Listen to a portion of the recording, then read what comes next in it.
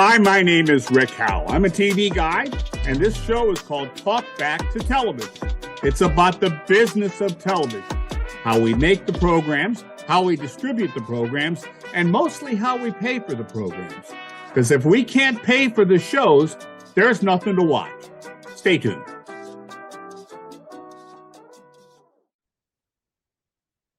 Good morning. This is Talk Back to Television, and I'm thrilled to be here with my friend Mike Nagle. Mike, how are you? I'm good, Rick. Happy Friday. Happy Friday, you. And you are the general manager of streaming for Gannett USA Today, right? That's what they tell me. That's what they tell you. And by the way, you are a distributor of Talk Back to Television, so we're thrilled about that, and we're looking to be continuing with that relationship. But you have a new word in your vocabulary, at least to me, for this service, and that word is live. Now, admittedly, I am somebody who hates live because there's too many things that can go wrong and you can't edit. But you're going to start doing live, right? Yeah, crazy but true. 2024 is going to be a really exciting year for us. We just signed off on doing live broadcasts with Amagi, who's our distribution partner. And that's going to include both USA Today, our news channel, News Lifestyle Entertainment, and USA Today Sports as well.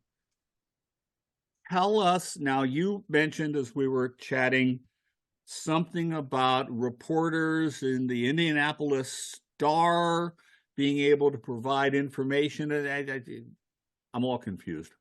Yeah, how does that happen? We're really fortunate. We have news bureaus all over the country, and having our talent like that embedded in the communities gives them unique credibility and unique access.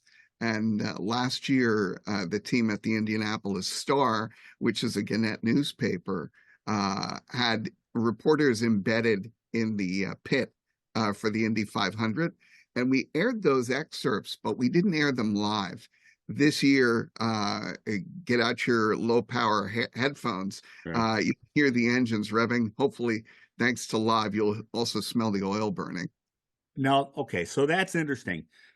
Gannett is at its core, and with the USA Today newspaper, they are a newspaper company, but they have how many different newspapers around the country?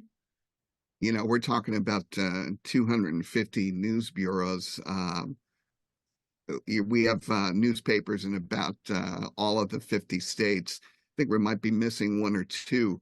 But in terms of talent and resources and storytelling, even just recently, we just aired a documentary called After Prison, which was produced by our team in New Jersey. And it's about the rehabilitation process that inmates undergo and what happens when they get released back into society. And those are stories that only Gannett can tell. Having our reporters, it happened to be about an inmate in New Jersey getting released and going to take classes at Rutgers. Having that understanding of the communities that you serve can only happen if you're embedded right there. And we're really proud to be able to bring more of that content to our audiences live, along with some episodic stuff that we'll be launching later on in the year.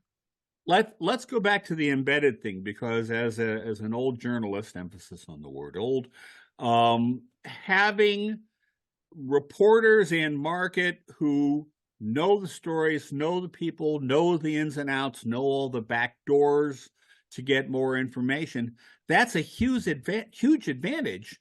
That, for example, in a Baltimore, you would have one NBC affiliate covering a large DMA, but you might have half a dozen Gannett newspapers within that DMA, and all of those have reporters who know the local folks, right? I mean, that's a monumental advantage to local live news reporting.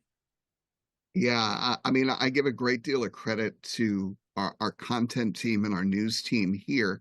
I'm on calls with these guys regularly.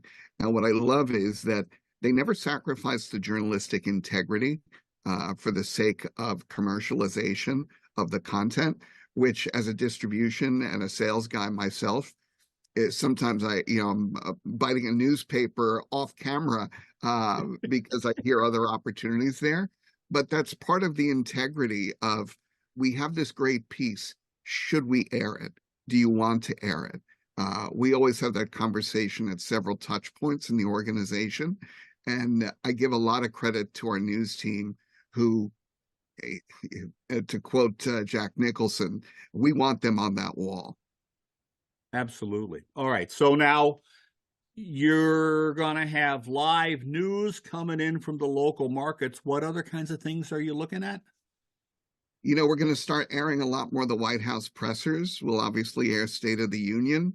We're going to, our shared interest next year, we'll have the Thanksgiving Day Parade live. There you go. The tree lightings live, some seasonal stuff that's fresh in mind because it was just last month. And we're looking at some other opportunities, doing some post-game stuff on the sports side, maybe even doing live coverage of MMA, our MMA junkie team from USA Today's sports media group. They're the sports center of combat sports, and they get access to every combatant that enters the octagon. And I'd love to put some of that stuff on the air. Now we just got to make sure if we have the dump out button in case some of the language gets a little bit colorful. But it's not exactly the same rules as primetime network television. You have a little bit of latitude, don't you? You're right. We're still trying to be mindful, as those worlds converge. The lines you have to respect your audience first. Yeah. That's where it starts.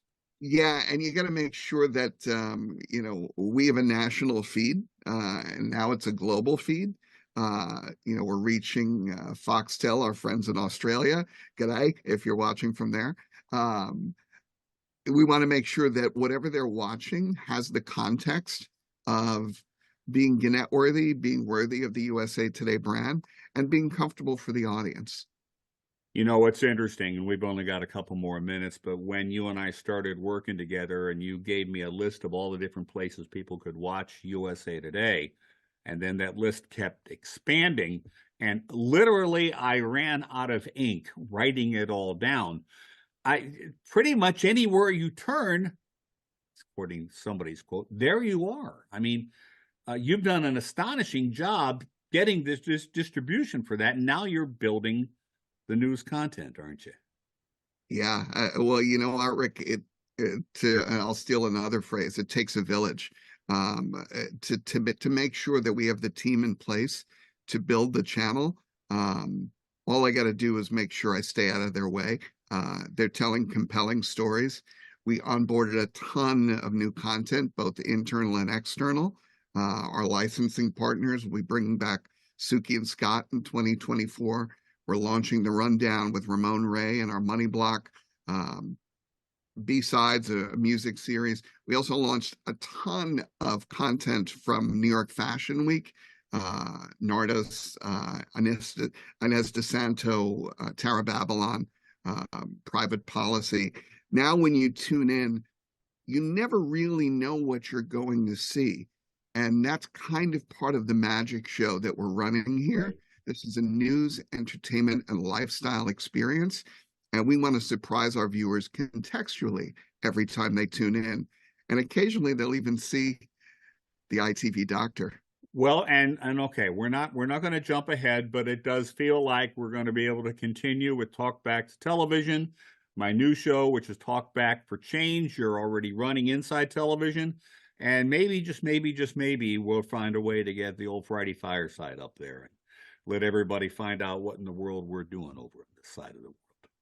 I like the way you think, and thanks for letting us cheat off your paper. All right, listen, I'm going to sign off. Mike Nagle, thank you very much for your time. I really appreciate it. Hakeem Jeffries